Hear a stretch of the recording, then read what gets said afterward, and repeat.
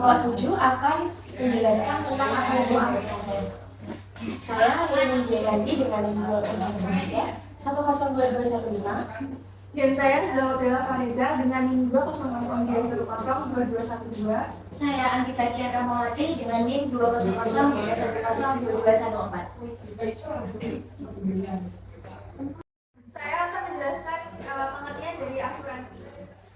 Menurut Kitab Undang-Undang Hukum Dagang Pasal 246, asuransi atau pertanggungan adalah suatu perjanjian dengan mana seseorang penanggung mengikatkan diri kepada seseorang tertanggung dengan menerima suatu premi untuk memberikan penggantian kepadanya karena suatu kerugian, kerusakan, atau kehilangan keuntungan yang diharapkan yang mungkin terjadi karena suatu peristiwa tidak dapat.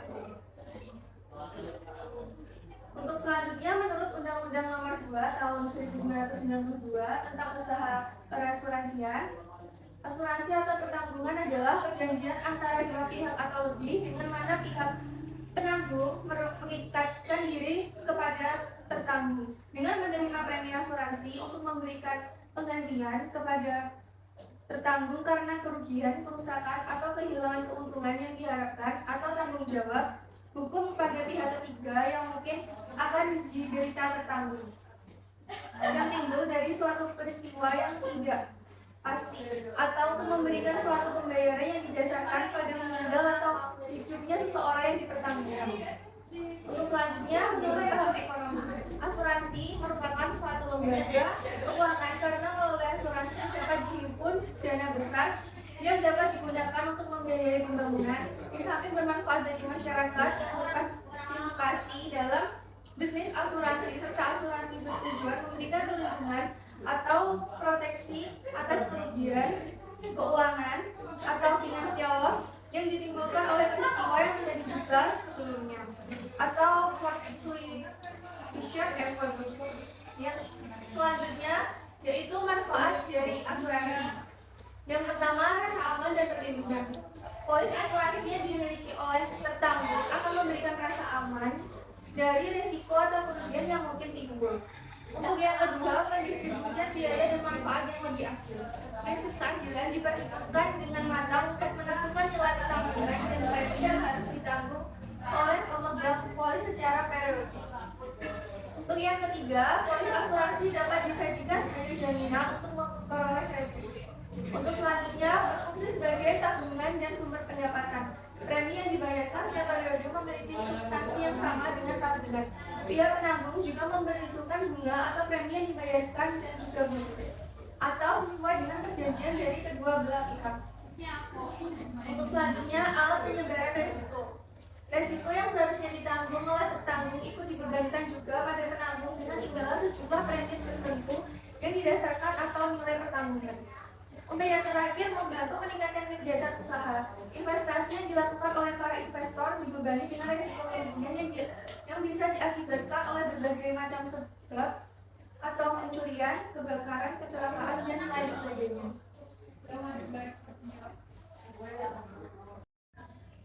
Selanjutnya yaitu prinsip asuransi. Yang pertama yaitu insurable interest. Pada prinsipnya merupakan hak berdasarkan hukum untuk mempertanggungan suatu risiko yang berkaitan dengan keuangan yang diakui sah secara hukum antara tertanggung dengan sesuatu yang ditanggungkan. Syaratnya perlu dipenuhi agar memenuhi kriteria insurable interest. Yang pertama yaitu kerugian tidak dapat diperkirakan. Yang kedua yaitu kewajaran. Yang ketiga yaitu katastrofik. Yang terakhir yaitu homogen. Yang kedua yaitu itikat baik. Dalam melakukan asuransi, kedua belah pihak dilandasi oleh itikat baik. Pihak penanggung perlu menjelaskan secara lengkap hak dan kewajiban selama masa asuransi. Pihak penanggung harus konsisten terhadap hak dan kewajiban yang pernah disampaikan pada tertanggung dan dicantumkan dalam kontrak termasuk batasan-batasan yang ada sehingga jelas apabila ada risiko yang tidak ditanggung oleh asuransi. Yang ketiga yaitu indemnity. Konsep indemnity adalah mekanisme penanggung untuk mengompensasi resiko yang menimpa tertanggung dengan ganti rugi finansial. Yang keempat yaitu proximate cause atau suatu sebab aktif efisien yang mengakibatkan terjadinya suatu peristiwa secara berantai atau berurutan tanpa intervensi suatu ketentuan lain, diawali dan bekerja dengan aktif dari suatu sumber baru dan independen. Yang kelima yaitu subrogation. Subrogation merupakan hak penanggung yang telah memberikan ganti rugi kepada tertanggung untuk menurut pihak lain yang mengakibatkan kepentingan asuransinya mengalami suatu peristiwa kerugian. Yang terakhir yaitu kontribusi. Prinsip kontribusi merupakan salah satu akibat wajar dari prinsip indemnity. Selanjutnya yaitu penggolongan asuransi. Menurut sifat pelaksanaannya ada dua. Yang pertama yaitu asuransi sukarela. Pada prinsipnya pertanggungan dilakukan dengan cara sukarela dan semata-mata dilakukan atas kesadaran seseorang akan kemungkinan terjadinya resiko kerugian atas sesuatu yang dipertanggungkan tersebut. Misalnya asuransi kecelakaan, asuransi kebakaran, asuransi kendaraan bermotor, dan lain-lain. Yang kedua yaitu asuransi wajib. Merupakan asuransi yang sifatnya wajib dilakukan oleh pihak-pihak terkait yang pelaksanaannya dilakukan berdasarkan ketentuan perundang-undangan yang ditetapkan oleh pemerintah, misalnya asuransi tenaga kerja, asuransi kecelakaan, dan sebagainya. Selanjutnya, menurut jenis usaha perasuransian. Menurut Undang-Undang Nomor 2 Tahun 1992 tentang usaha perasuransian, jenis usaha perasuransian dibagi menjadi beberapa jenis. Yang pertama yaitu usaha asuransi. Yang pertama yaitu asuransi kerugian atau non-life insurance. Asuransi kerugian menurut Undang-Undang Nomor 2 Tahun 1992 yaitu usaha yang memberikan jasa-jasa dalam penanggulangan risiko atas kerugian, kehilangan, manfaat, dan tanggung jawab hukum kepada pihak ketiga yang timbul dari peristiwa yang tidak pasti. Yang kedua yaitu asuransi jiwa atau life insurance. Asuransi jiwa adalah suatu jasa yang diberikan oleh perusahaan asuransi dalam penanggulangan risiko yang dikaitkan dengan jiwa atau meninggalnya seseorang yang dipertanggungkan. Yang ketiga yaitu reasuransi. Reasuransi adalah pertanggungan ulang atau pertanggungan yang ditanggungkan atau asuransi dari asuransi. Reasuransi adalah suatu sistem penyebaran risiko di mana penanggung menyebarkan seluruh atau sebagian dari pertanggungan yang ditutupnya kepada penanggungnya lain. Selanjutnya yaitu usaha penunjang. Ada beberapa asuransi. Yang pertama yaitu pialang asuransi. Adalah usaha yang memberikan jasa keperantaraan dalam penutupan asuransi dan penanganan penyelesaian ganti rugi asuransi dengan bertindak untuk kepentingan tertanggung. Yang kedua yaitu pialang reasuransi. Adalah usaha yang memberikan jasa keperantaraan dalam penempatan reasuransi dan penanganan penyelesaian ganti rugi reasuransi dewan bertindak untuk kepentingan perusahaan asuransi. Yang ketiga yaitu penilai kerugian asuransi. Adalah usaha yang memberikan jasa penilaian terhadap kerugian pada objek asuransi yang ditanggungkan. Yang keempat yaitu konsultan aktuaria. Adalah usaha yang memberikan jasa konsultan aktuaria. Yang kelima yaitu agen asuransi. Adalah pihak yang memberikan jasa keperantaraan dalam rangka pemasaran jasa asuransi untuk dan atas nama penanggung.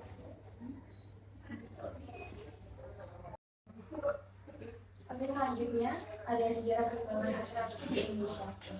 Di sini sejarah perkembangan bisnis perasuransian di Indonesia terbagi menjadi dua masa, yaitu yang pertama pada masa penjajahan itu sampai tahun 1942 dan masa sesudah perang dunia II atau masa kemerdekaan.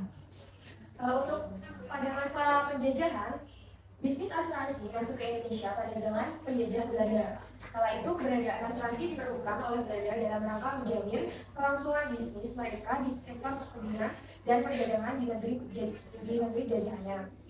Keberhasilan mereka dalam menjalankan bisnis di sektor perkebunan dan perdagangan, khususnya di Indonesia, yang waktu itu masih bernama Nederland India atau Hindia Belanda, tentu perlu mendapatkan jaminan atau proteksi atas risiko usaha yang menanjak.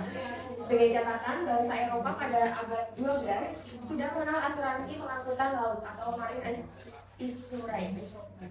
Perusahaan-perusahaan asuransi yang beroperasi pada zaman penjajahan Belanda mayoritas adalah perusahaan yang didirikan langsung oleh orang Belanda dan perusahaan yang merupakan anak usaha dari perusahaan asuransi yang berkantor pusat di Belanda, Inggris, dan negara lainnya. Menurut buku History of Insurance in Indonesia, perusahaan asuransi pertama yang didirikan oleh Belanda itu adalah Batavus Sea and Grand Assurance Matsepich. Perusahaan asuransi yang bergerak di sektor perdagangan dan perkebunan ini didirikan pada tanggal 18 Januari 1843 di Kalimantan Timur, Jakarta. Risiko yang di-cover adalah segala risiko yang diakibatkan oleh kebakaran dan risiko pengangkutan komoditas. Berikutnya, menyusul didirikannya perusahaan-perusahaan asuransi lainnya yang merupakan anak usaha dari perusahaan asuransi di Belanda, seperti MV Handel, Industri Anglet Bow Mathematics, Tidman, dan Van Sim, Eskom Bank, dan Netherlands Mathematics atau NILL-NIJ. Pada tahun 1853, didirikan perusahaan asuransi kerugian NV Assurance Netherlands Theodit dan asuransi kerugian Assurance Mitch Lenier Scoria serta Assurity Mitch Brown Vander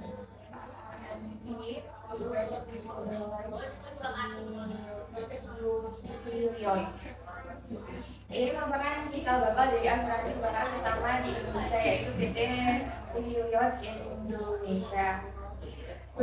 Bisnis asuransi yang ada pada waktu itu hanya bertujuan untuk menjamin keberlangsungan usaha kaum kolonial, maka jenis-jenis asuransi yang ada pada waktu itu tidak banyak dikenal oleh masyarakat pribumi secara luas atau hanya untuk kalangan tertentu. Terlebih sistem bisnis yang dijalankan adalah monopoli, sehingga bisnis asuransi yang ada hanya untuk kegiatan berdagang dan memenuhi kepentingan bangsa Belanda, Inggris, dan bangsa Eropa lainnya. Sebagian besar, jenis asuransi yang ada kala ini adalah asuransi kebakaran dan asuransi pengangkutan. Sementara itu, untuk asuransi kendaraan bermotor relatif belum muncul karena jumlah pemilikan kendaraan bermotor kala itu masih sedikit dan didominasi oleh bangsa Belanda dan bangsa asing lainnya, sehingga belum memerlukan jaminan asuransi. Namun demikian, di tengah dominasi perusahaan asuransi asing, ada juga perusahaan asuransi yang digelar oleh kaum pribumi atau yang sekarang dikenal dengan nama asuransi juga bersama atau AJB Budi Putra 1912. Perusahaan asuransi yang berbentuk badan hukum mutual ini digagas oleh 3 orang guru, yaitu Mas Kabehi Wijosewojo, Mas Karto Hadi Suboto, dan Mas Adi Jojo. Dalam perjalanannya, OLMIJ PGHP ini mengalami beberapa kali pergantian nama, yaitu OL Bumi Putra dan Perseroan Tanggung Jiwa Bumi Putra atau PDB Bumi Putra. Berdirinya Budi Utomo pada tahun 1908 juga memiliki peran dalam mendorong pendirian perusahaan asuransi lokal. Salah satu pendiri OL Budi Putra yaitu Mas Kabeni Wijosewojo adalah perkumpulan Budi Utomo cabang Yogyakarta. Perusahaan asuransi lokal yang didirikan oleh kaum pribumi adalah The Batavus Onderly, Ravensburg, Zekering, Metz, Herpich, di Indonesia, dan the Underling, Zekering, Metz, Herpich, Jawa. Semua perusahaan asuransi tersebut berbentuk underling atau perusahaan bersama karena didirikan atas semangat gotong royong dan saling tolong menolong antar anak bangsa. Kegiatan bisnis asuransi di Indonesia kemudian terhenti selama terjadinya Perang Dunia Kedua. Akibat ditutupnya perusahaan-perusahaan asuransi milik Belanda dan Inggris. Saat penduduk tentara Jepang selama kurang lebih 3,5 tahun, bisnis asuransi di Indonesia tidak mencatatkan perkembangan apapun, bahkan justru mencatatkan kemunduran. Masalahnya kondisi ekonomi Indonesia saat ini sangat kacau sehingga membuat banyak perusahaan yang merugikan. Terkecuali perusahaan asuransi, salah satunya perusahaan asuransi yang selamat atau mampu bertahan dari kondisi ekonomi yang buruk tersebut adalah OL Mitch Budi Utomo atau PTD Budi Utomo. Selanjutnya pada masa sesudah Perang Dunia dan masa kemerdekaan, setelah Perang Dunia berakhir, perusahaan-perusahaan asuransi Belanda dan Inggris kembali beroperasi di Indonesia yang notabene sudah menikah dengan mendirikan suatu badan usaha asuransi kolektif bernama Batavia Verzekeringsunit atau BUV pada tahun 1956. Bentuknya adalah usaha kolektif mereka. Masing-masing anggota BUV akan memperoleh share tertentu dari setiap penutupan. Skema bisnis ini dipilih karena kala itu tenaga asuransi masih sangat kurang, namun perusahaan asuransi di Belanda dan Inggris yang sempat mendominasi ini hanya berlangsung sampai dengan tahun 1990. Pada tahun 1950 berdiri sebuah perusahaan asuransi kemudian pertama yaitu NP. Setelah 3 tahun berdiri perusahaan swasta nasional yang bergerak dalam bidang asuransi Belanda dan Inggris di Indonesia.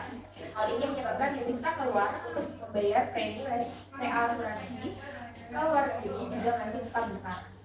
Pada tahun 1960, yaitu saat perjuangan pembebasan Irian Barat ke pengakuan Republik Indonesia dan peristiwa konfrontasi Malaysia, pemerintahan Indonesia melakukan nasionalisasi terhadap perusahaan asuransi milik Belanda dan Inggris.